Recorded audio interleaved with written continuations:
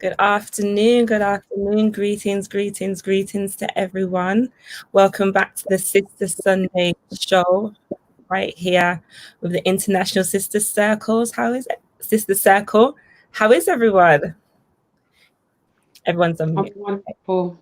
I am wonderful. I'm pleased to be here. Thanks for having me. Looking forward to today. No problem. How are you today, Sister Ya? I'm fine, thank you. How are you? I'm fine, thank you. My name's Jaisha. For those of you who don't know, I'm one of the facilitators of International Sister Circle. We've got Nikima who's here with us as well. And we've got a special guest today, Sister Yara. So she's going to be talking to us more about what she does. So I'm excited to hear about more about what we can do if we want to venture back over to the motherland. Guys, please like this video, share, subscribe to the Black Eyes TV channel because it's doing great stuff, and also to keep up with any notifications because there is a show or multiple shows throughout the week. So definitely hit the notification button, subscribe to the channel so that you can keep up to date with that. If you want to know more about what we do at International Sister Circle, go ahead and find us on Instagram, which is International Sister Circle, or you can check us out on our website, which is internationalsistercircle.com. We're also on Facebook, which is International Sister Circle. And if you want to send us an email, you want to know more about what we do, or you want to keep up to date with any shows that we're going to have coming up, not only virtual, but when we're back into the world, any events that we have coming up, subscribe and send us an email, which is info@internationalsistercircle.com. Also check out our website. So let's get into it. Sister Ya, do you want to introduce yourself and tell us about what you do? Oh, sure. People call me Sister Ya, but my actual legal name is Tanya Safir Unkuma. And I am I'm a licensed attorney in the United States, in the state of Tennessee, in the U.S. Virgin Islands.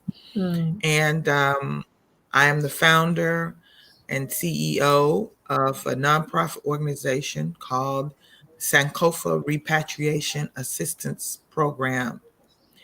And what that organization, um, its mission is to act as a business incubator, to provide support and resources to our people in the diaspora who want to repatriate back to the continent of Africa.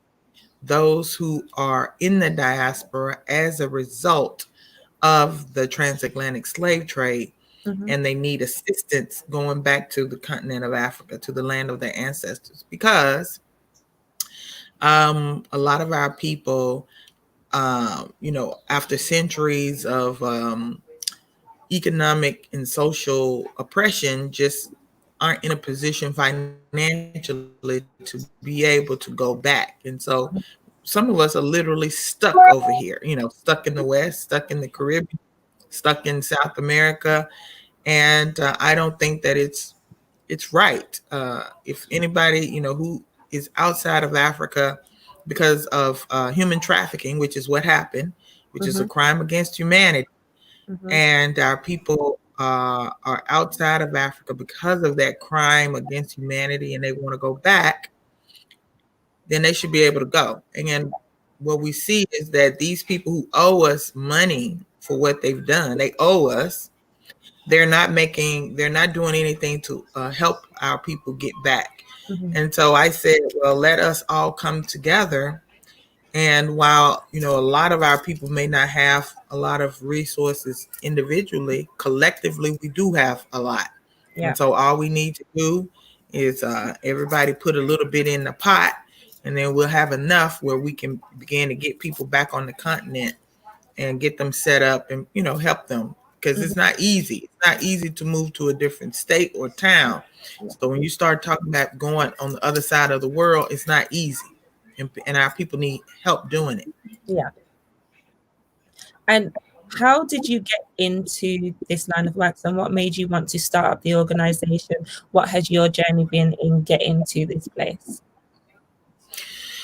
Well, I've been traveling to Ghana specifically since 2010, and I observed that the vast majority of repatriates from the diaspora are over the age of 60. And the reason why they are able to do it and go successfully is because they have reached the age to collect pensions, Social Security, and things like that. So they have that steady income that helps them to live, and live very well, because their money goes much farther in Africa than it does, in the West. So, and but these people are, and I'm not saying anything about them, but they're going there to retire. They're not going there to do what younger people like us would be doing, getting more involved in the community, putting our kids in school, you know what I mean? Things like that, really becoming part of the fabric of the community. They kind of hang out with other repatriates and just enjoy being retirees. You know what I'm saying? So I said, we got to do something to get younger people on the continent, people, with young children who will grow up in there and won't even remember this. You know what I'm saying? Not remember it firsthand, but they'll remember it, and that we'll teach them what happened, but to really integrate back into society. So for a long time, I would say, man, some of these people have been over here 30, 40 years. Some of them have been over there a long time. But I didn't see anything in place to help people come. You know what I mean? So I'm like, if you don't have your own money, I saw so many people who, they come up with $15,000 and they think, okay, I'm going to go to Africa and I'm going to make it. Well, once you got to pay your housing up for a year. Once you're paying for transportation and food, and you don't have anything coming in, Yeah. you know, and that money is going to disappear. You know what I mean? And then they end up struggling and trying to find a way to come back over here. I know so many brothers and sisters, they've been going back and forth for years because trying to do a little bit and then they come back, you know, and work some more and then go back and try to do something, come back. And it's hard. It's really, really hard if we don't put something in place to provide the support and the assistance that people need to stay.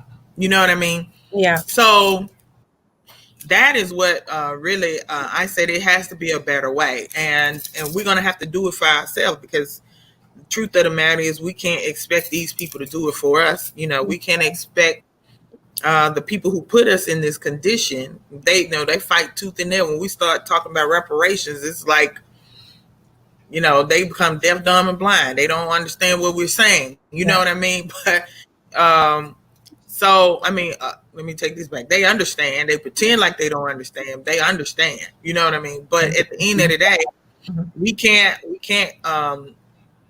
wait on them. You know, this is something that we have to do for ourselves. If we want to go home, we have to do it for ourselves, and we have to come together and work together cooperatively to do it. Yeah.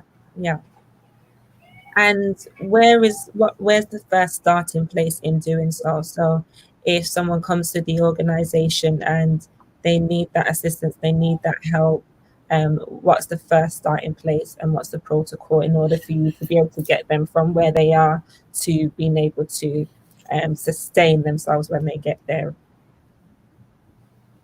Well, to be clear now, the organization is in phase one. Phase one is spreading the word, letting people know what we're trying to do, and the fundraising. We can't execute without the money. That's first and foremost. So, but what we do is we put them through a business development course, and that's something we're already getting together, because we do have donors who's been, you know, more donors coming in every day. We asking people to commit to a minimum of $1 a month, right? Which is not a lot. No. When we have a lot of people who give more than that a month, but we ask for $1 a month because we want everybody, regardless to their economic, you know, what level they're on, to be able to participate and be part of it. Yeah. So our goal is 1 million brothers and sisters to give $1 a month. If we get 1 million brothers and sisters to give $1 a month, that's $1 million a month. And we can literally move out a minimum of 100 families every 6 months, hold their hand for 6 months, get them set up in business, provide them with housing, give them a stipend, do everything to get them well on their way to success. Yeah. Then we move to the next group of 100. Okay. Yeah. So, and we're looking at the different countries, Ghana, Sierra Leone, Gambia, Senegal, to start with. And we hope that as the program grow and more money comes in, we'll be able to expand and open up in other countries for our people. But what we want to do is we put them through a business development course, which I've already have spoken with a professor in Ghana who teaches business in a university, who's going to be working with us to get our people prepared for doing business on the continent of Africa. We also going to put them through a cultural integration course, because we have been gone away from the continent for centuries, and a lot of us just don't know what to do, you know, how to be an African, really. You know what I mean? In the context of being on the ground, you know what I mean? So we have a director over that, and she's right now putting together that coursework. So we'll be, you know, putting our people through that, getting them ready. And then also we have some language courses for Ghana. We are going to be doing the tree classes. That's the most widely spoken indigenous language on the continent. And then for Senegal, we have Wolof. We'll be offering introductory classes. So if they want to go beyond that to intermediate, and but we at least want you to know, say some basic things, when you're there. So we'll put them through these things just to prepare them mentally for the change, for the shift, for because it's a new environment. It's new. Some of our people, like me and others. I live in Ghana, so I'm very familiar with Ghana.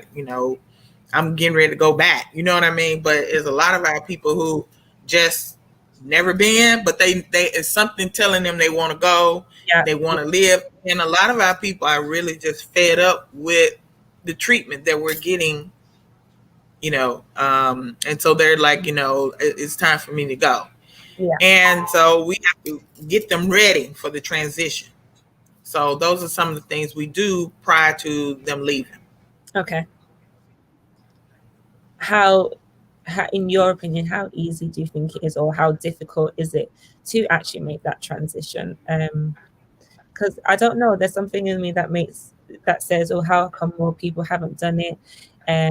Is it a case of being scared to do it, or is it very difficult to do, or as you said, maybe not understanding the process? Because as you've said that, I didn't even think of that, if you've never lived there but you want to go there and you want to move there, understanding the culture, and as you said, understanding the language. So how easy or difficult do you think it is to make that step? Well, for me, it was very easy, and for my children, it was very easy. My children loved it, and I think it's even easier for younger children because they just, as long as you get them somewhere and have some more kids. And my son went. He was just turned 3, and he was within a few months. He was saying some words in Tree, and he could understand it very well. Just from playing with other kids and going to school and things like that. So the children get it and blend in much easier. The older you get and you get set in your ways, but it starts in the mind. It starts you with this one desire to go and knowing that you're not going to little America, you're going to Africa. You know what I'm saying? And there's just some things, that are going to be different. And I don't want to ever paint a picture, to people like there aren't problems in Africa. There, everything's going to be perfect, because that's not true. You do have to get used to a lot of times with your life might be out. You know what I'm saying? or something like that. You know what I mean? Or the internet connection sucks. You know what I mean? Sometimes, so there are a lot of things that, but I can say that for me, I prefer all of that to being in America, because there I was, and for lack of a better term, freer. Yes. I didn't feel stress. I didn't feel pressure. I didn't feel,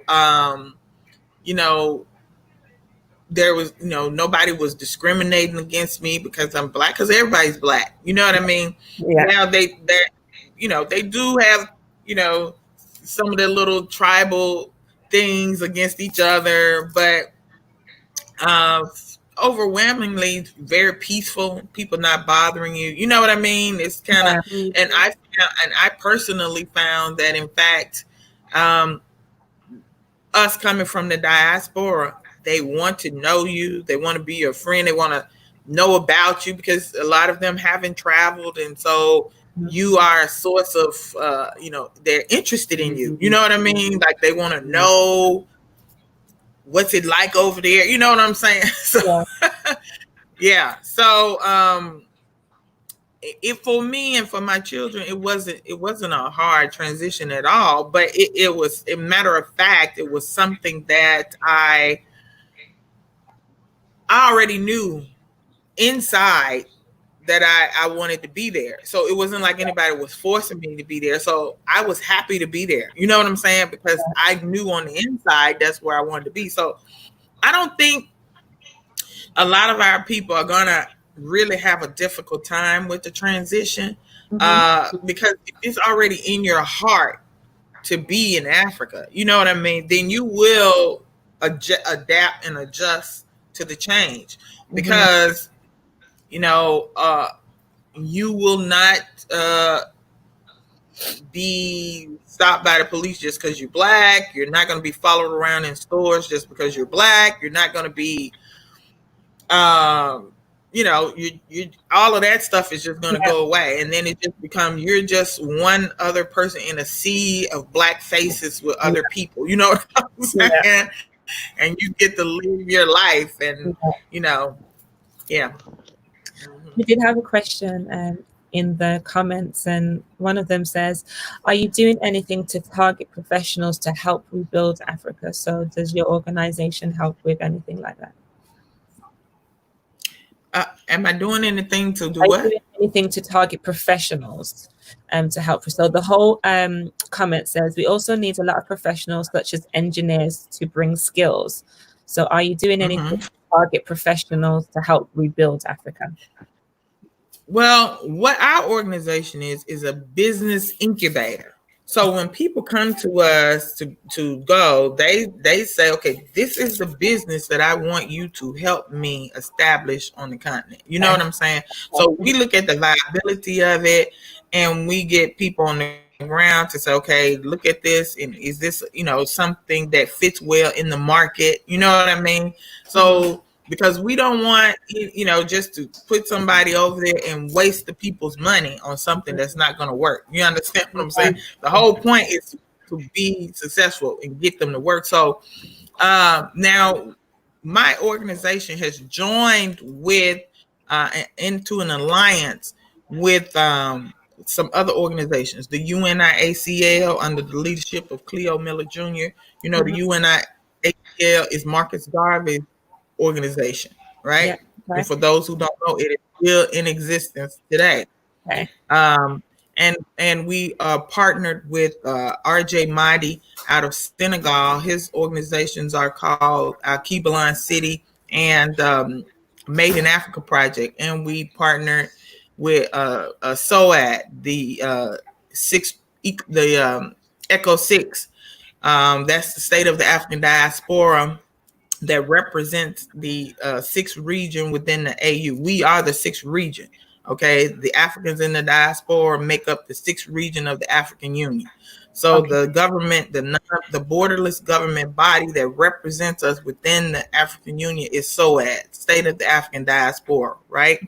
So the economic part of that, which is ECHO 6, is part of the Exodus Alliance. So we came together in Bassani, Black Star Action Network out of Sierra Leone, with Chief Fode Montserrat. So we all came together, the 6 organizations, and we formed what's called the Exodus Alliance. And we signed a charter amongst each other to work with each other to get this mass exodus of our people back to the continent of Africa. So while my organization Sankofa is saying I want to do 100 families every 6 months, they all came together and said, no, let's see what we can do to raise $1 billion in 24 months and get 1 million people out, right? So that's what we're doing right now. That's what we're trying to work on right now, because we have concluded that our people are in a state of emergency. And we feel like we have to move with urgency to get people out, right? And get them back on the continent. So with that, we are going to be looking at putting certain people, certain professionals on the ground first, right? To create a certain type of infrastructure to receive people. So we're looking at getting people in agriculture, because we have access to land in all of these countries. So we need people for food security, for those that we're going to be bringing back. So we want to get people in agriculture on the ground. We want to get people on the ground with construction, because we want to do apartment buildings to put people in, right? Things like that. We're looking for doctors and nurses to go first, so we can get our own clinics set up for our people. These type of things, yes, we are looking to put certain people on the ground first through the Exodus Alliance, put certain infrastructure up to begin. Then when people begin coming in mass, okay, we can say, dentistry, or even schools, because a lot of I ain't gonna say a lot, damn near all the schools in the African countries are still operating with colonial curriculum. So we can't go over there and send our kids to that. We can't take them out of these schools being taught crap, and take them to Africa and still have them being taught crap. So we got to get schools, we got to get teachers, that are going to be teaching African-centered education, so that when we bring these families with children, these are the schools that they're going to go to. This is the dentist, these are the clinics, this is where you can go and get fresh vegetables, fresh, you know what I'm saying? We already have those things in place. So through the Exodus Alliance, yes, that is one of our goals, is to get certain professionals on the ground first. Yeah. Okay. So how long has your organization been running then? I launched in November 9th, 2019, last year. Oh, perfect. So it's still pretty new. And as you said, that's why you're still looking for, donations to be able to build that and get that out. So currently, I see that it is the website. I think it is in the comments of people being able to check out the website. Where else can people find out more about the cause and how to donate and how to help? The website is www.sankofarepat.com. Sankofa, SANKOFAREPAT. Sankofarepat.com. We're on YouTube at Sankofa Repatriation Assistance Program. You go to YouTube and put that in, you'll find us. Please subscribe. We're on Facebook, Sankofa Repatriation Assistance Program. So if they go to the website, sankofarepat.com, yes, that's there on the link, then they can sign up there through our Patreon and become a donor. Also through the donor box, there's a donor box link there that they can, sign up and become a donor. So there's two links. And also there's a tab on there that takes them, that discuss the Exodus Alliance and take them to a page where they can, learn about the different organizations that are a part of the Alliance. So is it possible to bring up the website so we can show the people how it looks, and if Sister Yah wants to talk anyone through it, or we can go through it? Let's see if that's possible. In the meantime, I have a question, if that's okay, Sister Yah. Yeah, sure. Yeah, so I'm very passionate about moving back to Africa, and there's few people who are in their 30s and 40s that I know that want to move over as well. I've never actually been there myself yet, and I did plan to go before all of this pandemic happened. So, my heart's still set on it. I work in mental health as a cognitive behavioral therapist, and I want to go back and work there. So I don't know if you can give me some advice as to what other areas. I know you said nurses, doctors, agriculture, construction, schools. I'd be happy to work and work in schools. Any other ideas about people wanting to start their own thing, or I don't know, start their own businesses? I don't know whether you can suggest any other areas for those that live in the UK or live in the US or you live in the US that could think about looking into when they come over to invest back into the diaspora? Okay, sorry, that's my son over there dropping things in the That's kitchen. okay. But I listen. Africa has been,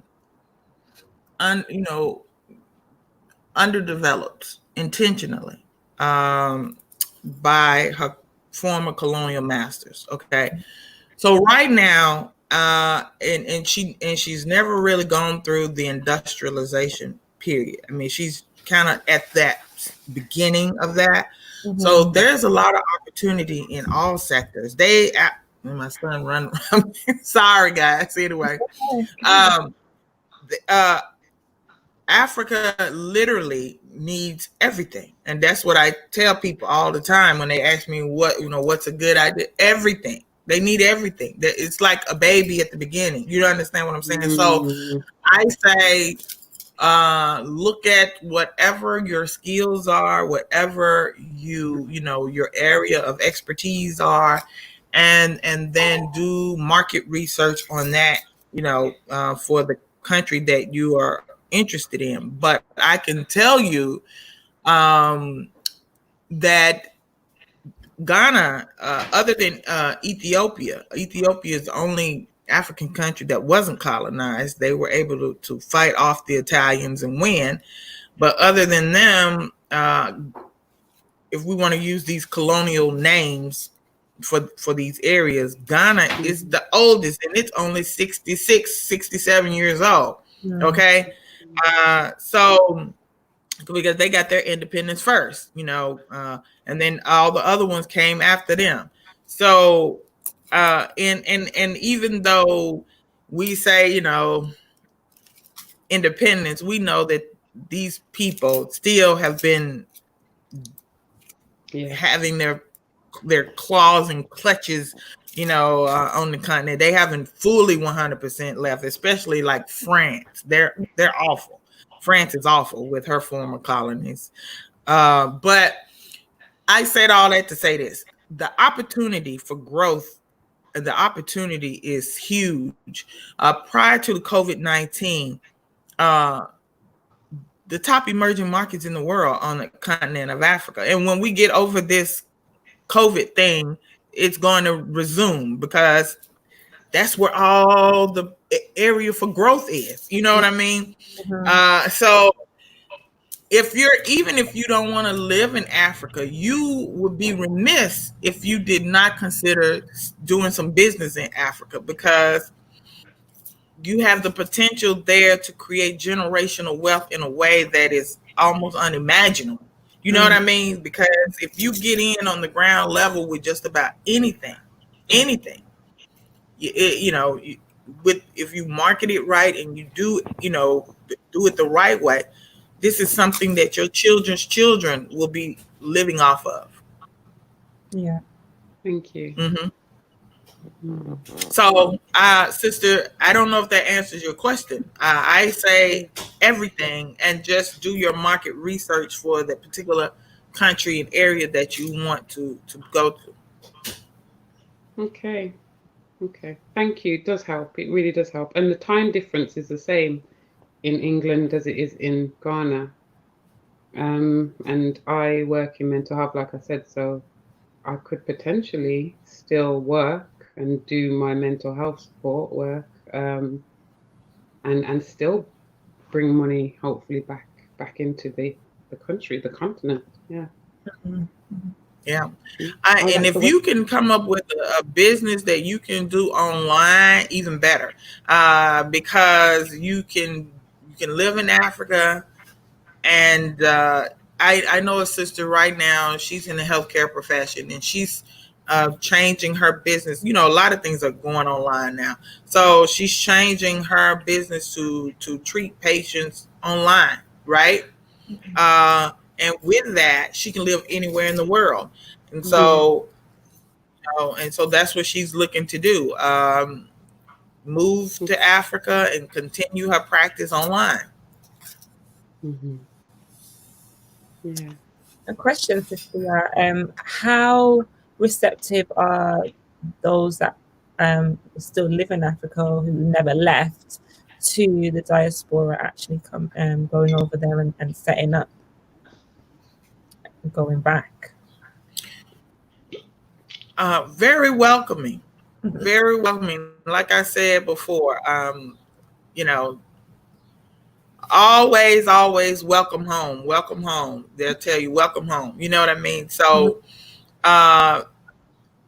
if you rent a house and when the neighbors find out you're from abroad, the children are going to want to come play with your children.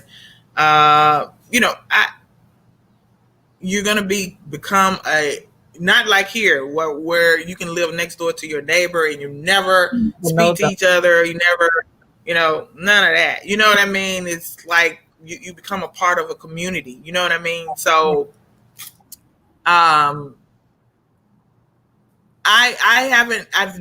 never felt anything, you know, like I said, since I've been going, other than welcomed and embraced. Yeah. They want to help you. If you know, you don't know something, you don't know where to go do this, somebody is going to want to, okay, stop what they're doing and go help you. You know what I mean? Yeah. Yeah. Wonderful people. I mean, they're our people. When was the first time that you went then? Huh? When was the first time that you actually went? The first time? 2010.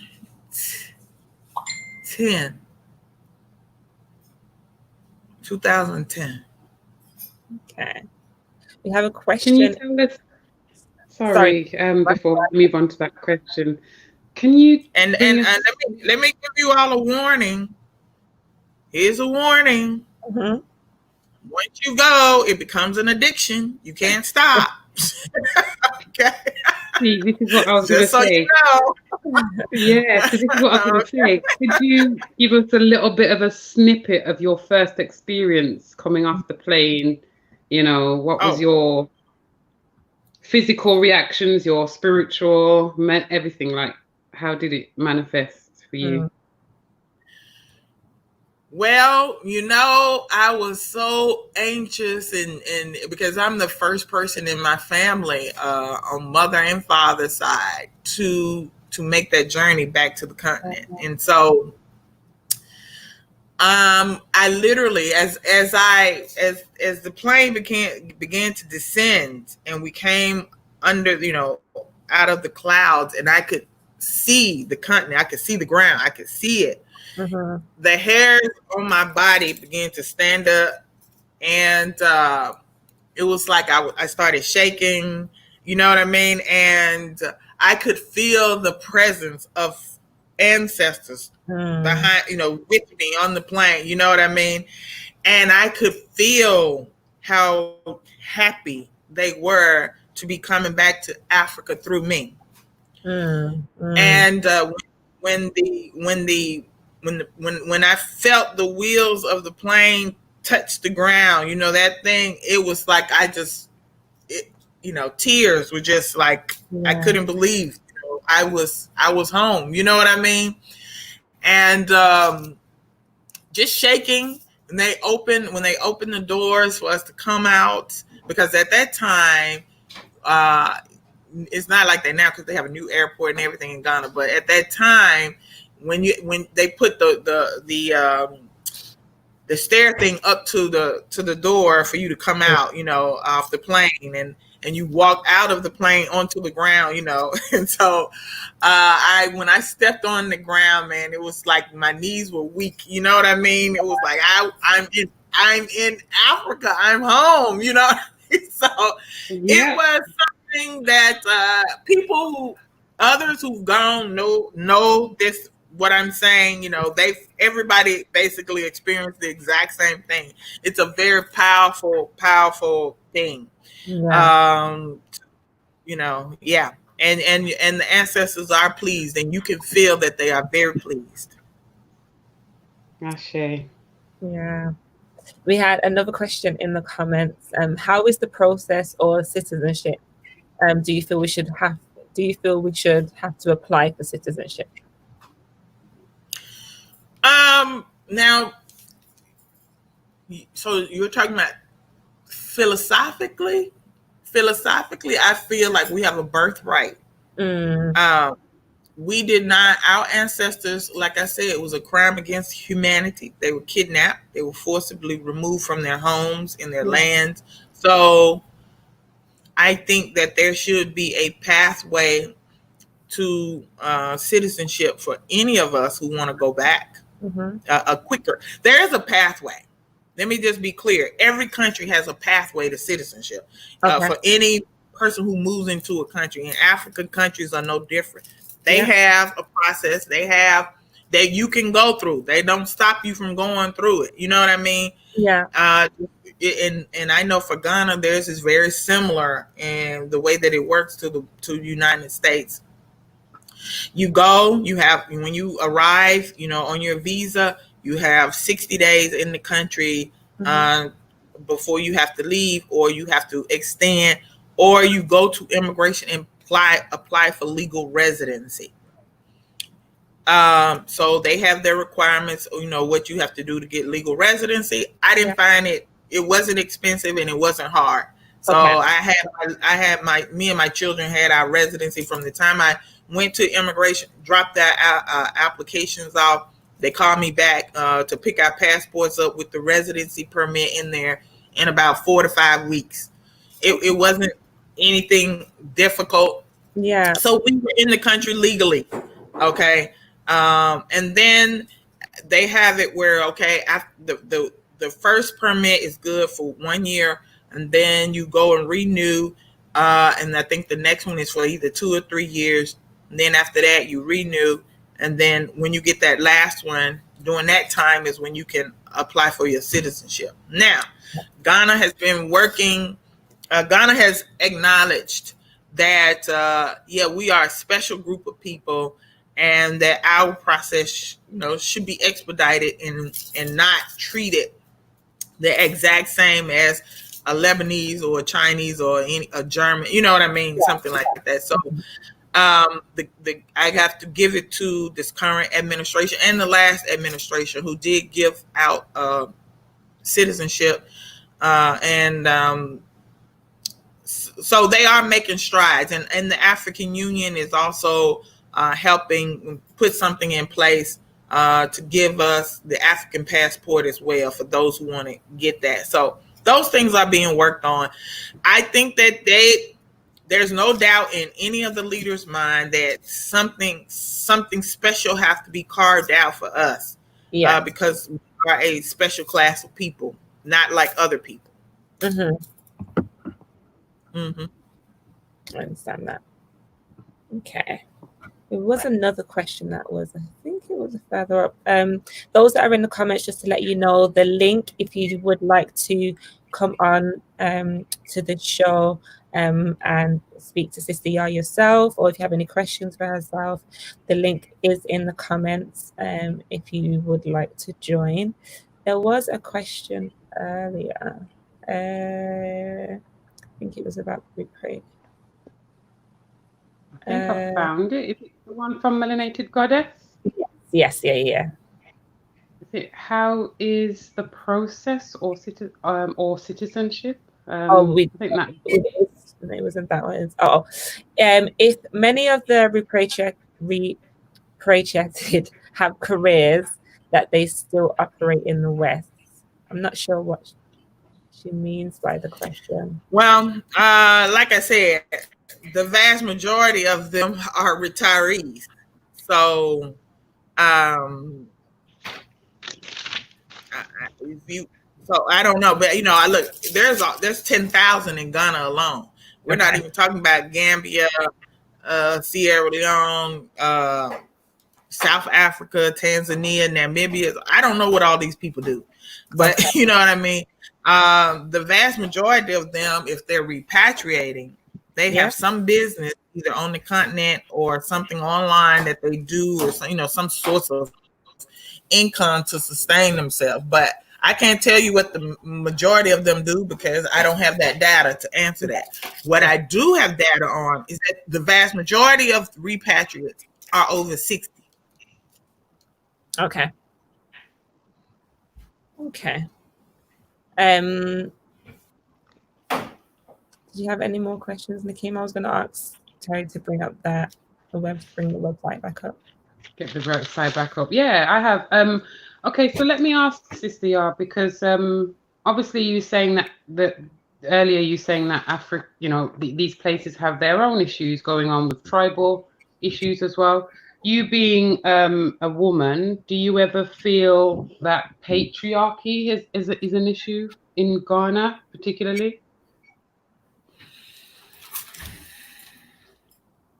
That's a big sigh. Is that a sigh? I when I was living there full time, I wasn't in the workforce, right? I was in my house living my life with my kids and going to the market or going to the beach, so I didn't get any of that, you know what I mean, directed at me. I mean, and then within my own family, my husband's Ghanaian, and within my own family, there's none of that type of mentality. You know what I'm saying? So when I was there full time, my husband was here working. His brother, his father, his friends, they all would, make sure that me and the children were okay, check on us if we needed anything. Very catering. I find, just protective and catering, you know what I mean? But I never felt like, anything like a woman's place type of thing. I didn't, that was not my experience. But like I said, I wasn't in the workforce. So I wasn't in an environment to have those type of experiences. Okay. Thank you. And do you tend to go back and forth yourself, Sister Yar? So do you have any current businesses yourself set up in Africa or in terms of... Yeah. My husband and I have a pineapple farm. We have a poultry farm. We have a cocoa farm. We have a construction company in Ghana. And as soon as I get back, Sankofa is going to be our base. Okay. In Ghana. Wow. That's really good. That's amazing. Yeah, definitely. Absolutely amazing. And from setup of the businesses to where they are now, have you seen a growth? How has it been going? Has it been... I know starting a business anywhere is difficult, but starting it overseas and with you still living in the USA, is that easy to manage? Well, a great way the reason. See, a lot of people, and this is why I started Sankofa, because my experience is not going to be a lot of people's experience. I'm married to a Ghanaian. My husband's brothers manage everything for us. You know what I mean? So we have people on the ground that take care of everything for us. You know what I mean? Yeah. So that's how we're able to be all over and here and there. You know what I'm saying? And things are moving still, even though we're over here, because we have reliable family members on the ground. Even right now, our house is under construction, and his brothers are overseeing that. You know what I mean? So, but this is why Sankofa is important, because everybody is not going to be in the situation that Sister Yar's in. You know what I mean? To have that.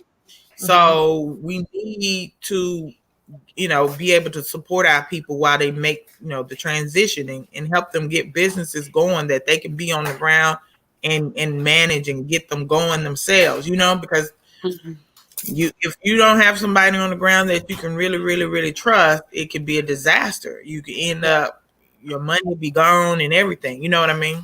Yeah. Right. Okay, so we've got the website up. As you can see there, guys, it says you can donate to the Exodus Alliance. So there's some information on what they do and the organization itself. In terms of the organization, what's the next step for it, Sister? I know you say it's still in its infancy. What would you like to see happen this year in terms of this organization? I would like to see some huge donor come in and give us a lump sum of money so that we can start moving people out and setting up these businesses for them. Yeah. That's what I would like to see. Or I would like to see our people, you know, do it. You know what I mean? Yeah. So, you know, when you say a donation, how huge are you talking? 1 million. Get the first 100. You know, I believe if somebody donated even $500,000, you know what I could do with $500,000? I could get a couple families in a couple different countries set up and going, and then people could see proof of concept. And seeing proof of concept would make it blow up enormously. You know what I'm saying? Yeah. So, yeah. And I think that's so I was going to say, if you see someone who's been able to go over and do it and be successful, I guess that would give you more of it will give more people of an inkling or more desire, or it might not feel as daunting if you know, or you've seen, or you have testimonies of people actually doing it. So So yeah, what we want to do, once we get enough to even move out a few families, we're going to go ahead and do it, because I think our people are, you know how we are. And so we got to, once we get enough to just even give, 1 or 2 on there and let the people see it, see how it works, see the process, see, how we, get our people on the continent and provide that support, and how they become successful. When people see that, then I think it will become, oh, wow, this is real. You know what I mean? I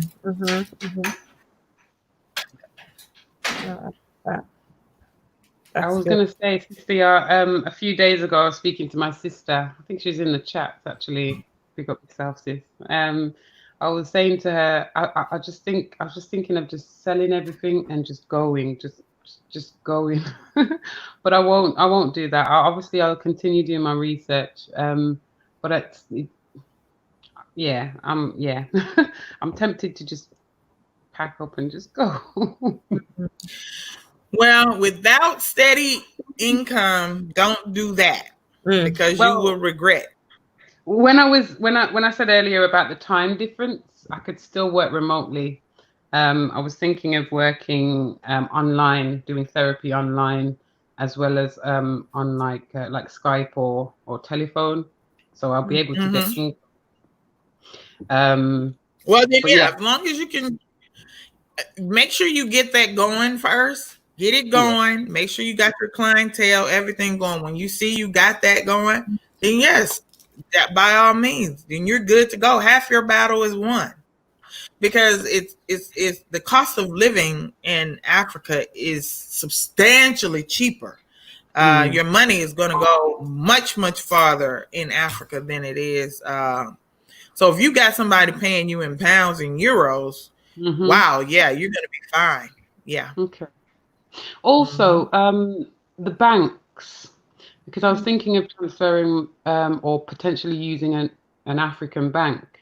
I don't know how much you know about that, or whether it would be wise to start thinking about looking to move money into African bank. Well, I don't think you're going to be able to open a bank account until you actually get there, because I know for Ghana, part of the requirements when you go to the bank is they're going to ask for your passport. They need to see your residency permit. So I don't know about the other countries in terms of being able to open up bank accounts without physically being there. But if you're there, yeah, I have bank accounts in Ghana too. Okay. I have my bank accounts here. I have bank accounts in Ghana.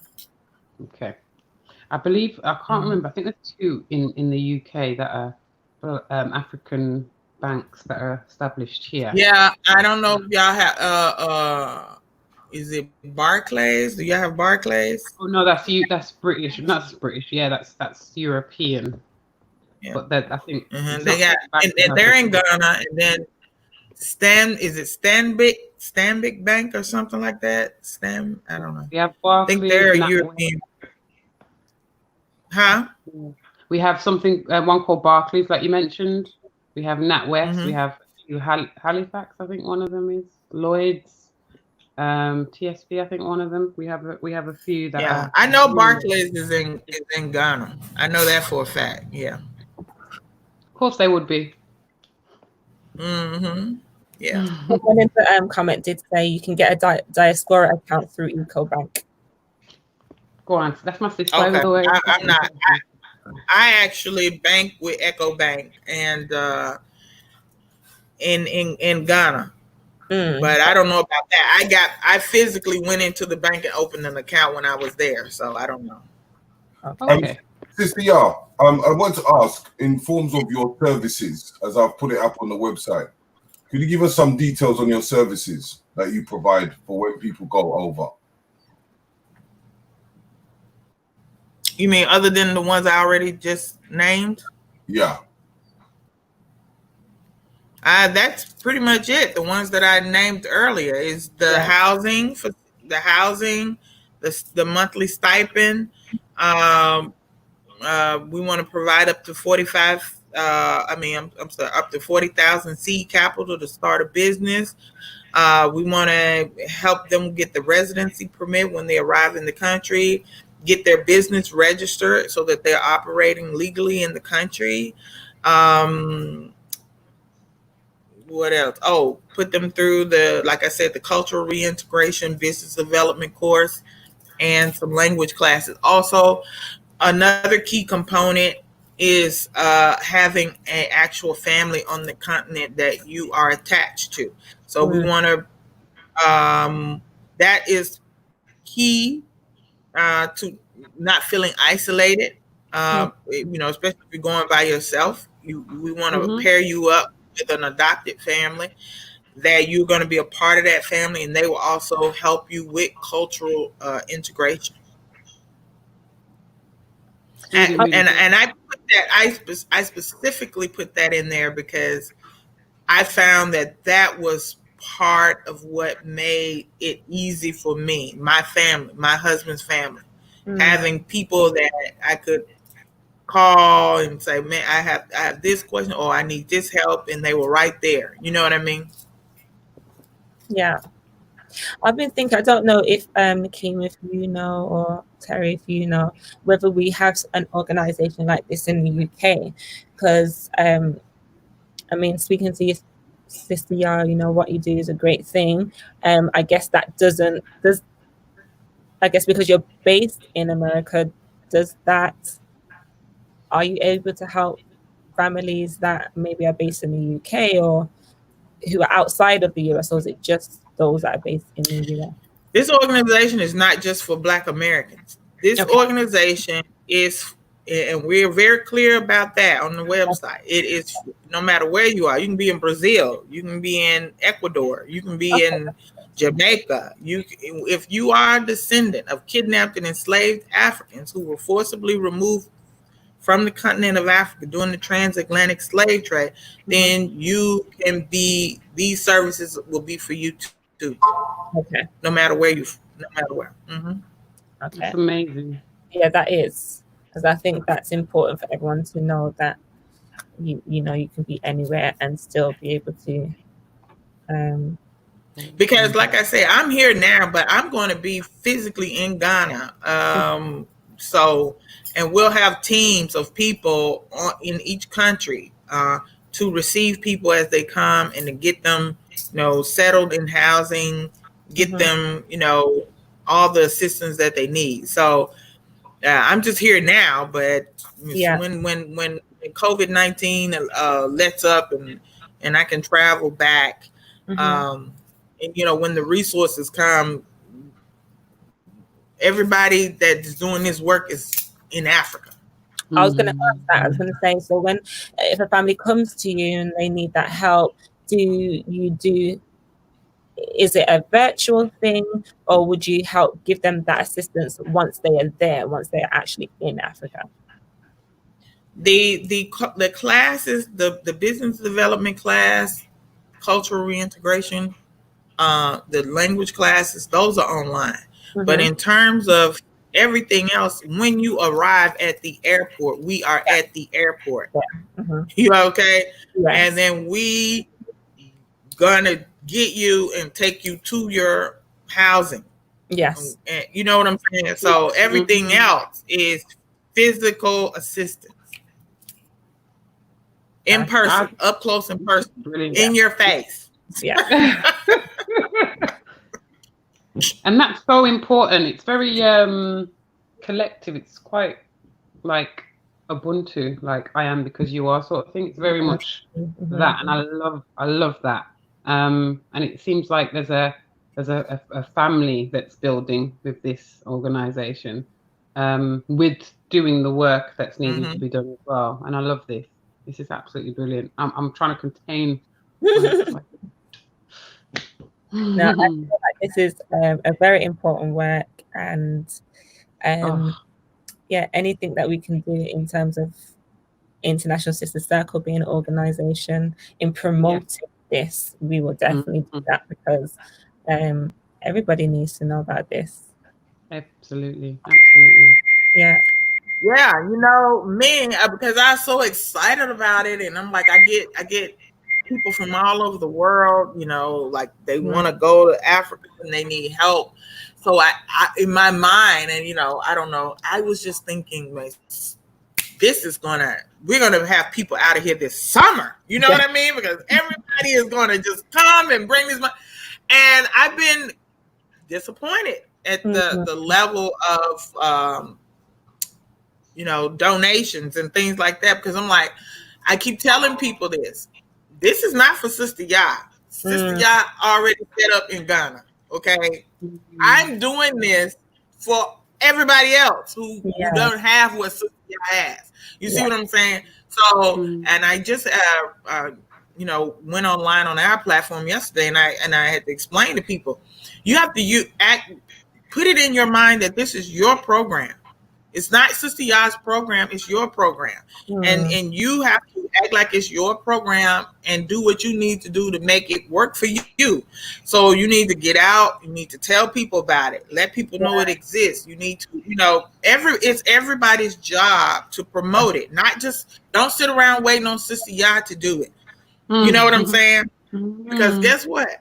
When the borders open back up, Sister Ya is going to her land in Ghana. I'm straight.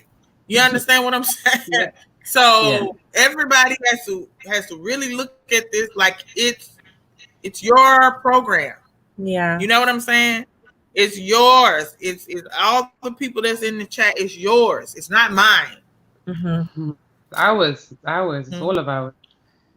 Yeah, definitely.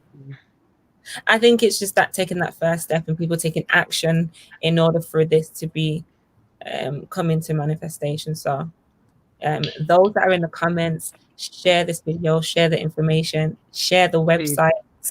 I'm sure there's many people who are going to want to know this information, and I feel like just knowing that there's someone out there that can help you with all of that takes the whole weight off your shoulders. Like I'm sure it would take a lot of research if you had no idea in terms of moving back. So having an organization that can help you ease that process is just perfect. So Sister, tell us where we can find all information. Are you on any social media, or is it just the website? No. YouTube is Sankofa Repatriation Assistance Program. Facebook is Sankofa Repatriation Assistance Program. Also, same thing on Instagram and Twitter. Perfect. What is it that you have on YouTube? What kind of content do you show on YouTube?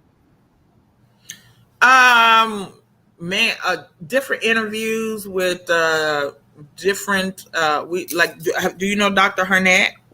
We just had Dr. Harnett on there, you know, talking about doing business in Africa. We had we had Queen Diambi, you know her. Yeah. We had Queen Diambi on there talking about how important culture is and reconnecting with our culture. I mean, just different things, just you know, just all around us as unifying as African people and addressing our issues, and Yeah. you know, and I give updates for what the organization is doing and let people know how things are moving along. And we had a herbalist from Ghana, you know, especially at the beginning of the COVID-19. So we brought on an herbalist who was telling people things that they need to be doing to you know, help their immune system fight off COVID and things like that. So just different, a variety of conversations that are important to our people. Yeah. That's perfect. Guys, got all the information on where you can go. Please donate. Please be a part of the cause in helping everyone go back home. Everyone who needs to be back home. Everybody who wants to. Some people don't want to go, and that's fine. They can stay here and deal with these crazy people. But the rest of us, we trying to get our people that want to go. We want to get. If you want to go, and this is my thing, and this is the thing that bothered me so much, because I'm like, there's so many people who want to go and they don't have a way to go, and it's not right. It's not right because they didn't ask to be here. You know what I mean? Their parents, their grandparents, they didn't ask to be here, and so we should be able to go home. But I don't want us to wait for anybody else to do it for us, because if we wait for anybody else, then we're going to be over here still continuing to be oppressed. You know what I mean? So we have to do what we have to do to save ourselves. Yeah, definitely. No one else will do it for you. So we have to do what we have to do to save ourselves. Okay. Yeah. Terry, what do we have on for the rest of the week on Black Eyes TV 7? We've got quite a few shows coming up this week. We've got a new show on the Tuesday nights, which is Talk with the People, Talk with the Family, Reason, and galvanizing information of where we need to go and how would you like the Black Eyes TV in what direction, because you know that Black Eyes TV is for the people and the family. So we try to get as much information for different types of scenarios and how we can maneuver into some people that are going to stay behind, some people that are going to travel, and some people that just don't want to do nothing. But it's information for all. So we have that Reason and Talking. That's at 10 p.m. With my co-host Richie and family. So it's a big, massive panel. So we have different people that come on. We've got a few shows that we're going to be putting up between on Wednesday and Friday, but I haven't concluded that yet, but it's going to be a big one. But normally we got the Thursday show. You know what that is? International. No. Total exposure for the culture. Yes, total exposure for the culture. For people to, it's a platform for people to able to perform their music, because you know they don't get the opportunity to get their music out there. So it's a place where they can actually perform live. So if you have the opportunity, please come along on every Thursday at 9 o'clock, and then we're back to the International Sister Circle. But you know, as I always say, you need to subscribe, like, share, go into our archives, because there's so much information within the archives. And you know, go to a few other things, and I say donate to Sister Yard movement, because it's something that a lot of people can go over, and you know what, it looks after you for the first 6 months. How better can that be than you just go into another place blind? So you know, what kind of things catered for you, and not only that, connecting you to a family. So Yeah. I would advise, it's only $1. It's only $1 or a pound. Just give that little donation and help her out into where she needs to go. And then I say, as with the International Sister Circle, we are starting to get stronger and bigger, and we're looking for much of our sisters to come and join us. Yeah. Because when we're ready and they open that floodgate, we're going to be connecting worldwide, globally. And you know what? Where there's opportunities of you able to go into Brazil and the Brazilian Carnival and able to be with Queen Diambi's entourage, which will be in February. Then our next destination will be Cameroon in March. And then there is many more other places throughout the whole year. So, 2021, it's going to be a massive year. So please register at Sister Circle, ancestralsistercircle.com. Put your name down or come to Black Eyes TV and email us, and let's become that family, because you know what? It's Black family first. Hashtag that wherever you see that.